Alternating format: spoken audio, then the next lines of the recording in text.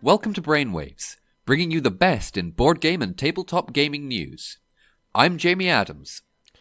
And I'm Iain McAllister, and this week we're actually not bringing you the best in tabletop gaming news. We are instead bringing you a bunch of interviews that we did at Tabletop Scotland 2019. We hope you enjoy. It is the morning of day 2 of Tabletop Scotland 2019, and myself and turncoat Jamie Adams are going to be walking the floor and interviewing people all day. How do you feel about betraying me so badly, Jamie? I know the listeners can't see this, but I am wearing my Brainwaves Giant Brain t-shirt, so your comments about my turncoatiness are null and void. Shut your mouth. Anyway. Yeah, so I've been let down badly by Jamie, but, you know, it's par for the course really these days. But anyway, he's back in the fold, and we'll be doing a few interviews with some of the sponsors of the show, some of the guests as well, and maybe a few members of the public, and probably Lucky Frog and various others as well.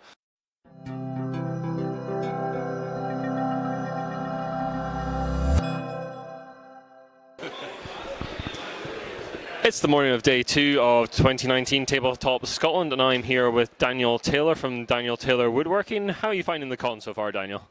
It's great. It's so nice to just look around and see everyone enjoying themselves and just everyone's here for the same reason. It's one of the bad things about being on a stall. You just have to watch everyone else enjoy themselves. That is true. I did not manage to get off the playtest stall myself yesterday. I actually might try and play some games today.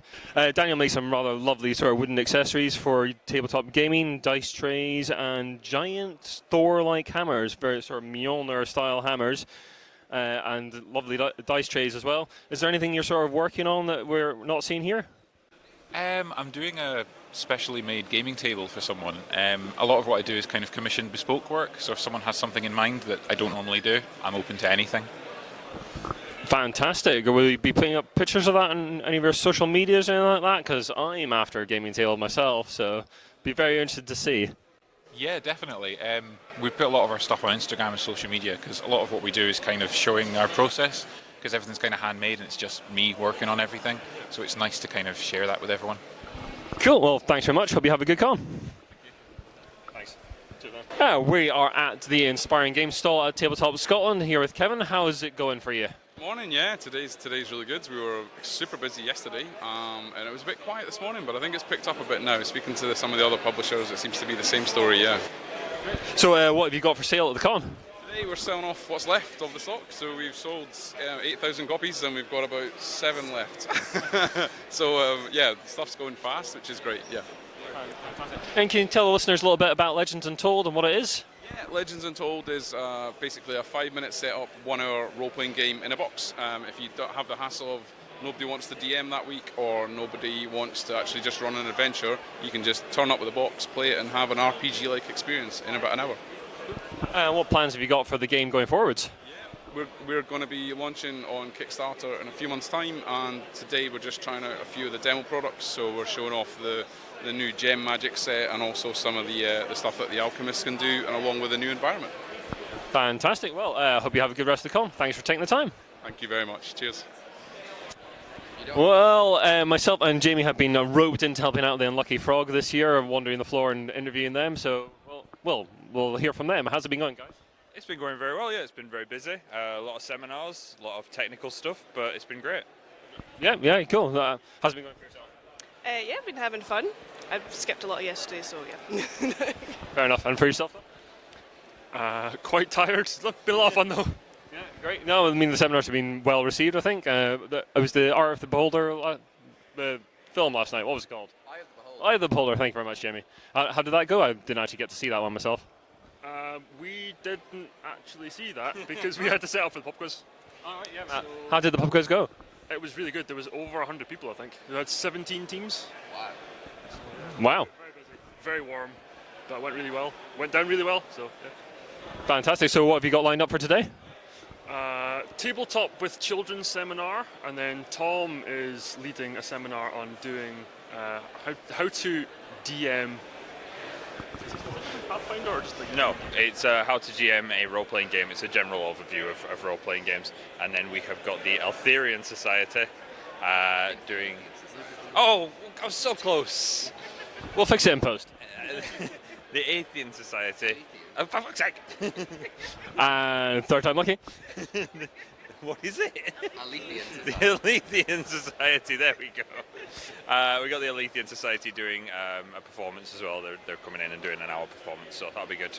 And then the Beholder's on again this evening. Excellent. Well, we shall let you guys go. Thank you very much. Thank you. We're here with Owen Duffy from the Boardgame Book. How's the con been going so far for you? Yeah, it's been a lot of fun so far. We've had people very interested in the book, sold quite a few. We're down to the last kind of remnants of our print run, which is really encouraging. At the moment, I am just trying to shift the last 19 books, I think, so that I don't have to carry them on the train back to Glasgow. That seems fair enough. Are you going to be planning another print run after that? Yeah, well, so we've got the Kickstarter coming up for the Boardgame Book Volume 2. So we're going to do that first. That's going to run through September. And we've got some really interesting stuff happening with the next book in the series. And then after that's out the way, we're going to look at doing the reprint in time for Christmas. Fantastic. And you've got some new writers on board for the second volume. We have, yeah, some really great ones. We've got Dan Jolin joining us. So he has written for places like Empire, the film magazine, kind of Time Out London, places like that, and Tabletop Gaming magazine. He is a really enthusiastic gamer. He backs more Kickstarters than anyone I've ever met. I'm not sure where he gets the budget for, but it's impressive. And yeah, he's just a fantastic writer as well. And then we've got Anna Blackwell joining us. She is a real kind of, she's plays a real variety of games. She's got really widespread taste, everything from kind of like party games to more kind of complex storytelling stuff. So having a bigger team means that we can just play more games, evaluate them, and it basically gives us a wider kind of pool to consider for the stuff that eventually ends up going into the book. Any particular highlights that you're writing about for the Boardgame Book, Volume 2? I have really loved Treasure Island, which is from Mark Paquin, who people might know from Yamatai, but it is it's sort of like a hidden movement game without the movement, because you've got this map, and somewhere one player, who's Captain Long John Silver, has hidden treasure on it, and they've written down that location on a small copy of the map that only they can see.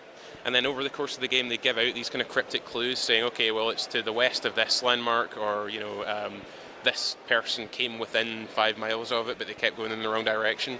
And eventually you get this sort of jigsaw of information to try and narrow down where you think the location of the treasure is. That's certainly been one of my favourites that I've played so far this year. Yeah, I've seen that game in a lot of people's sort of favourite games this year. I haven't yet to play it myself, but it sounds very good. Well, thanks very much for taking the time to talk to us, Owen, and all the best luck for the rest of the call. Yeah, thank you very much. Good to speak to you. The start of the next interview didn't come out too well, so I'm just reintroducing it here. It is with Andy from DMB Games. I've just asked him how he's getting on at the con.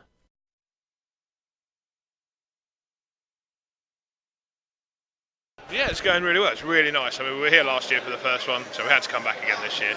We're sponsoring, so yeah, we help out in any way we can. But yeah, it's going really well for us. So. Can you tell our listeners exactly what you do at DMB? Yeah, we make 3D terrain for tabletop games, role-playing games. Everything we do is handmade, hand-cast, painted, finished. We do it all. So, and we've got everything from dungeon to sci-fi, wilderness tiles, all sorts of stuff. So.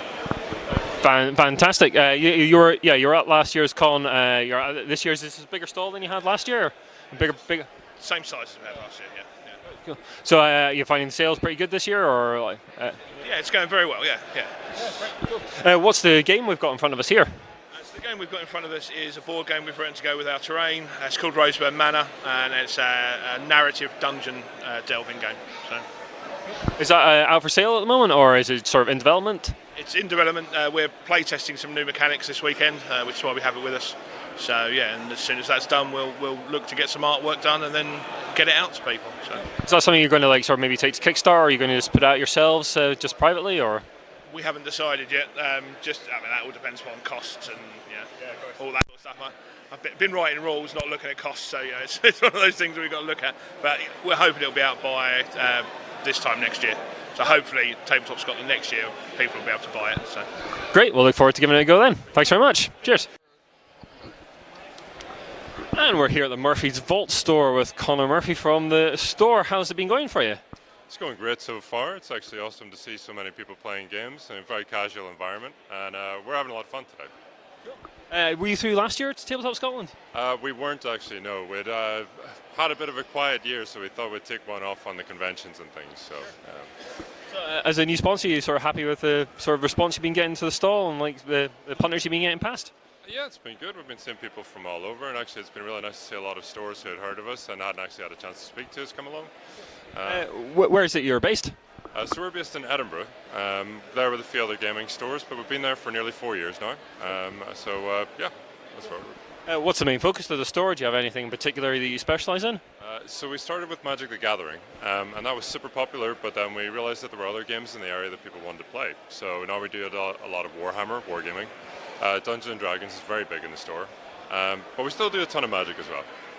Oh, great. Well, I hope you have a good rest of the con. Thanks very much for taking the time.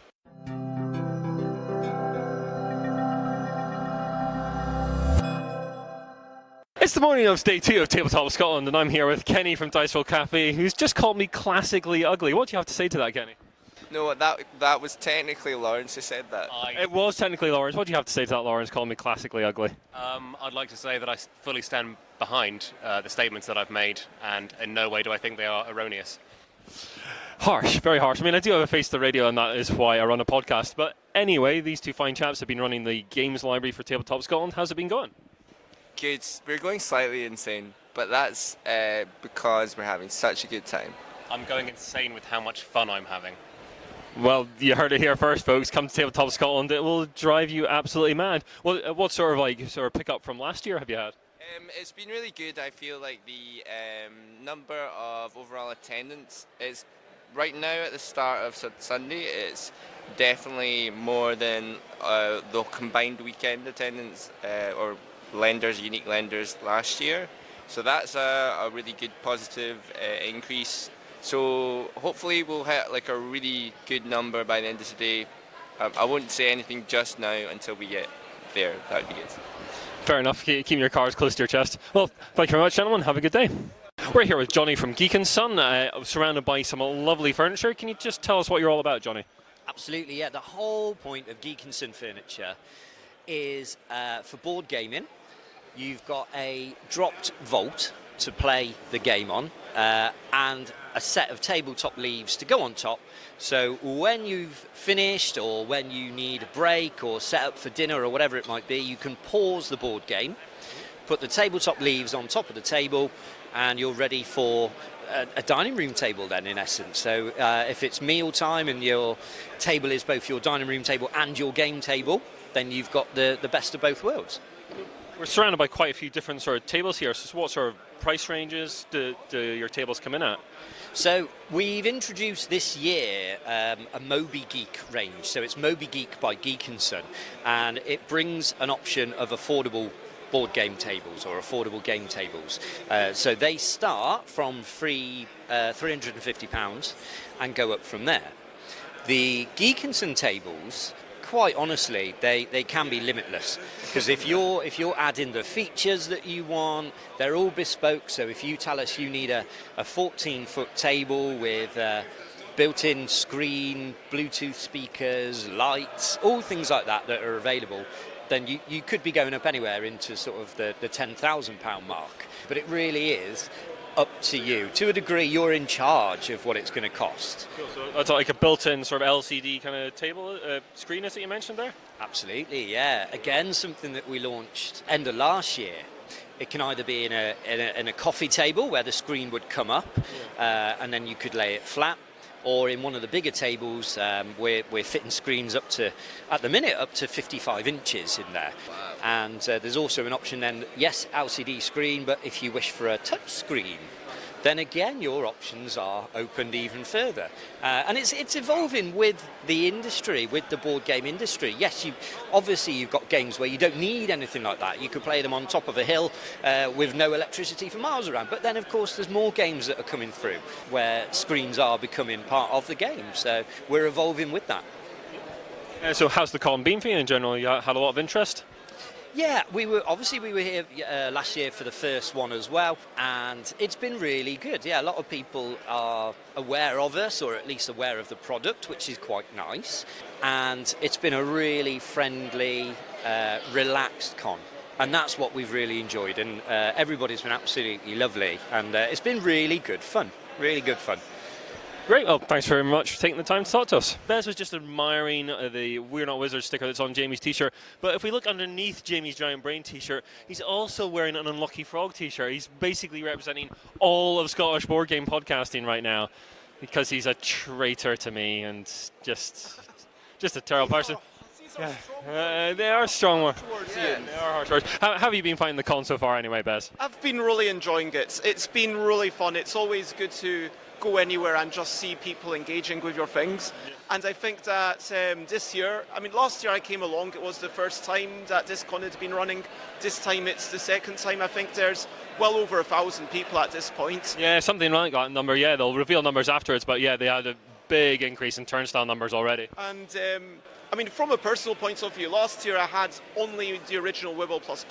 This year I have not only that, but I'm allowed to sell Yogi and the deluxe edition of Wibble++ and Kitty Cataclysm, and even a Kitty Cataclysm expansion that I kind of made in the past few months. And yeah, it's just been fantastic watching people, and I think that the two games that have been the best for me are Kitty Cataclysm and Categorical, which is a new one for the Wibble++ deck, which is you choose a category, for example, food and drink, or you might choose places, or you might choose a meta category, for example, 4-letter words, any 4-letter words, which is actually harder than you think, because all your words need to start with one of the letters on the card, and then it's a tug of war pushing back and forth, but people are enjoying it, and that's why you make games, to kind of watch people enjoy it, you know what I mean? Yeah, no, absolutely. I mean, I've been watching people all of yesterday bending themselves into various shapes and shouting and having a good time here. They seem to be enjoying themselves a lot, and your output has been impressive over the last year or so. Fantastic. I spy an expansion to Yogi here as well. Yes, there's a sequel called Yogi Guru. It's already available in France, I think from about a month ago, and it's all about the lower body, and it's got a couple of actions in there, and there's a lot of wild cards, which people who played the original in a bind might be familiar with it from the expansions there, but it's a standalone thing where the purple cards, it says one finger touching, and then everyone else has to decide what is, and it's like a little spiral. And so you might say one finger touching nose or ear if you've got no creativity. Or you might say one finger touching that chair, or one finger touching the bottom of your shoe right on this little bit that is really inaccessible. Or you might say one finger touching Iain, because why not?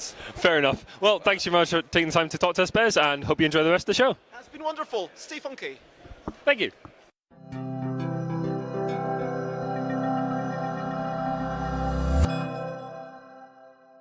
I'm taking a moment out of my busy schedule at Tabletop Scotland to speak to Iain from Unpopular Mechanics, who murdered me horribly as a demon last night in Blood on the Clock Tower. How does it feel to have done that, Iain? I'm not sorry. He's not sorry, ladies and gentlemen. So how have you been finding the con generally? It's been really chilled out, actually. I really like just the general casual atmosphere. That's just lots of space, lots of space, lots of time, lots of lovely people.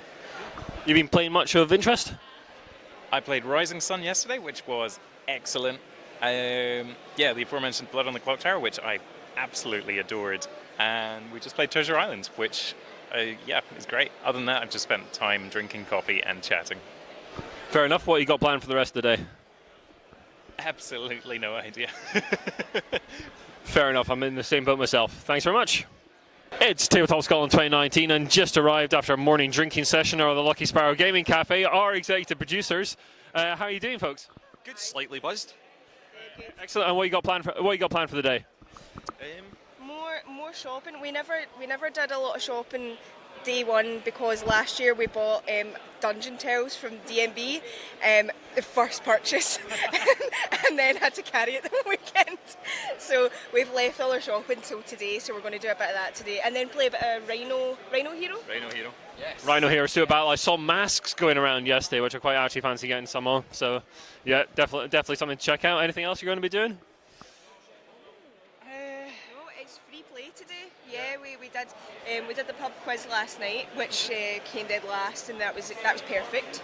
Dead last, couldn't top it. I mean, you could top it. Literally all you could do is top it, in fact. But and I think you'll find winners of the coveted Wooden Spoon Awards. That's right, they had names, didn't they, Jamie?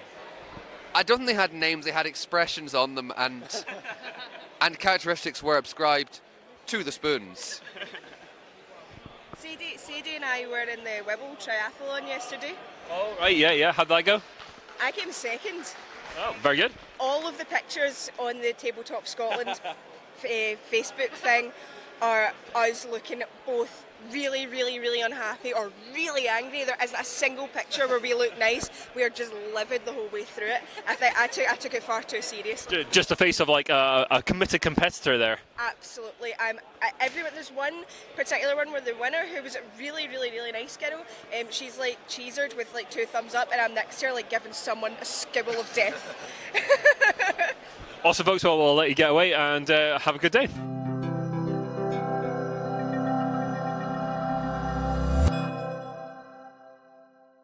And we're here at the Handiwork Games stall, one of the sponsors of Tabletop Scotland, and we're speaking to John Hodgson. How's it been going, John? It's been going really well, actually. Yeah, we're having a really, really good time on a whole number of fronts, doing some really nice business deals while we're here. We've demoed hundreds of games. We're running the first Bang & Twang International Championship at the show.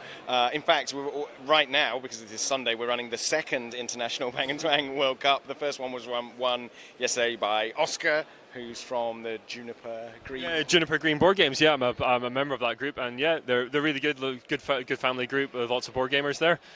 So tell us a little bit about Bang & Twang. That's your most recent board game release? Yep, it is. It is a game where you take the role of folk musicians in the world of the Forest Dragon, which was our first card game release. And in Bang & Twang, there's loads. You basically try and keep up with the tune, which is represented by a series of cards that have bang on one side, twang on the other. And on your go, you can turn over one of those cards, move one of those cards, and you're aiming to bank points that match the sequence. And it's a lot of fun. It's really fast to play. The box comes with 6 different sets of special cards that change the way it plays. So it's really loads of replay value, a lot of fun. It's got enough sort of crazy bonkers stuff that I work on the games with my 2 sons, and they make up a lot of really mad stuff that only children can really invent. You know, you can try and fake it, but you'll never do it.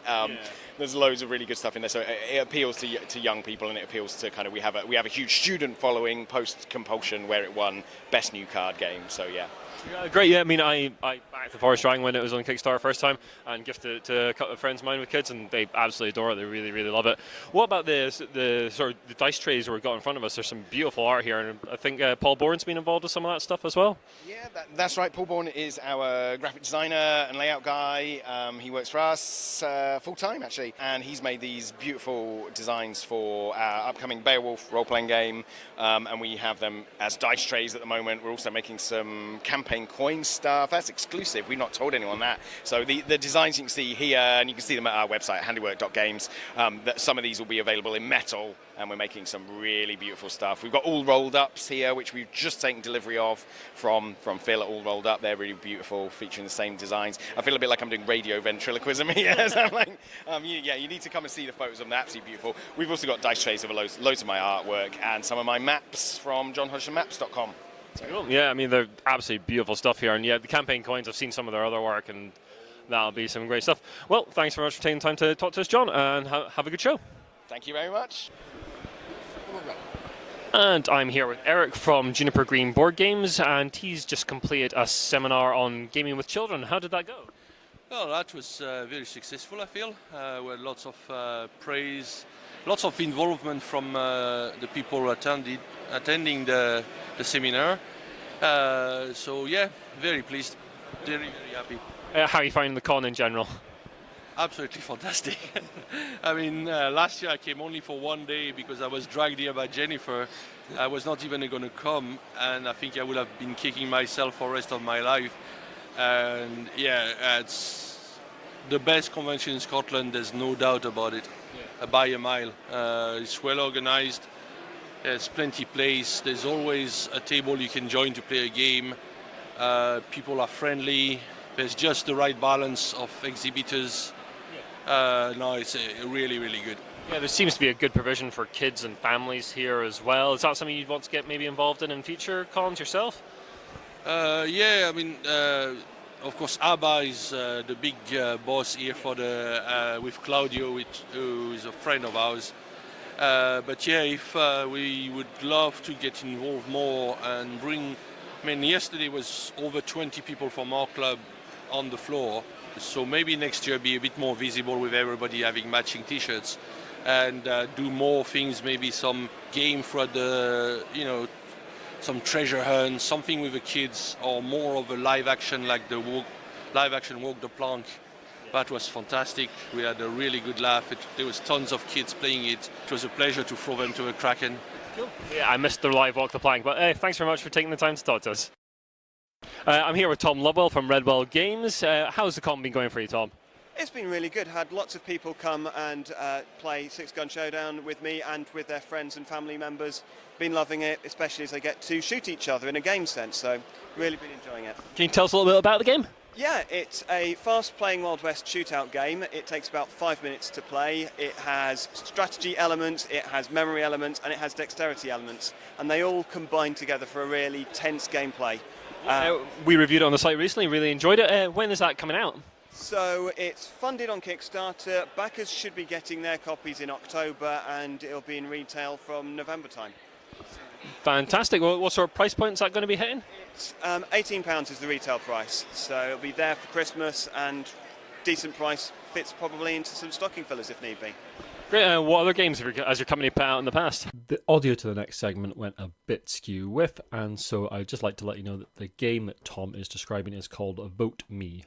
Our first game, it came out last year at UK Games Expo, actually, was when it was launched, and it won a bronze award in the 2018 Imagination Gaming Awards. Oh, congratulations. So, thank you, yeah. It's got Best Literacy and Cross-Curriculum Game because it involves a lot of improvisation and talking, so that's the literacy element, but it has a mild political theme, so that's how it got cross-curriculum, and people have been enjoying it. They like the free speaking element, so it's not just a sentence or two, you speak for a minute.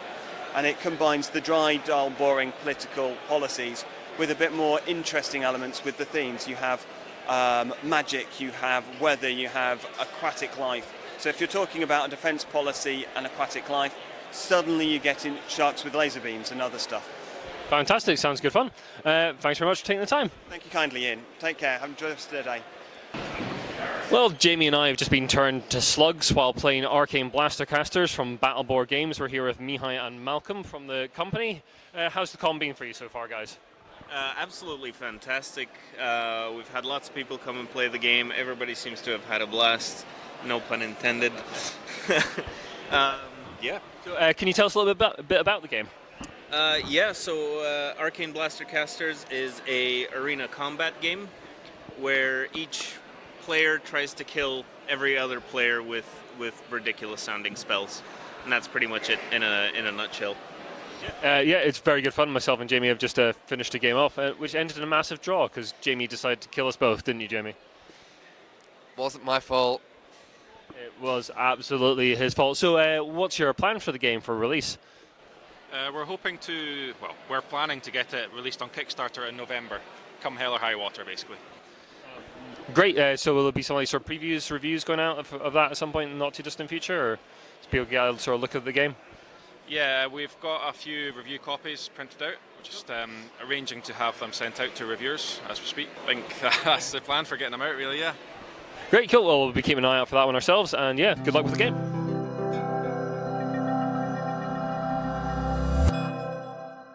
Well, so that is all the audio that we recorded at Tabletop Scotland 2019. How did you find the con, Jamie?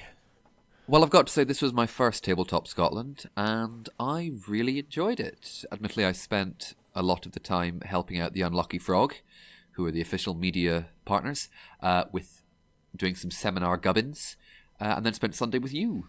But I had a lot of fun.